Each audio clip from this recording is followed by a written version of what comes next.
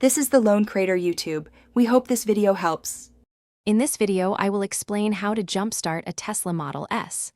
First, you'll need to access the front trunk. Look for the emergency hood release cable, usually found near the passenger side. Give it a firm pull to pop open the hood. Next, locate the tow eye cover on the front bumper and remove it. This will reveal the positive terminal for jumpstarting.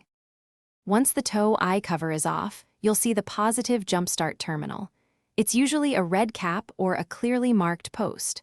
For the negative connection, you'll need to find a solid, unpainted metal part of the chassis. This could be a bolt or a bracket. Make sure both connection points are clean and dry for a good electrical contact. Now, let's connect the jumper cables.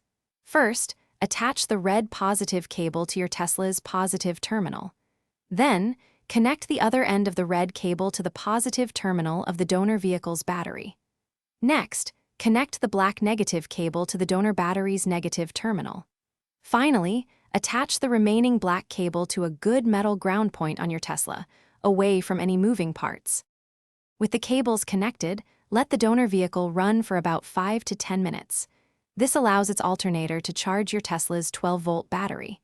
After this charging period, you can try to power on your Tesla. Once it starts, carefully remove the cables in reverse order. Remember to check the description for a link to a great book about money, along with other helpful deals. Thanks for watching. Consider subscribing if we helped you.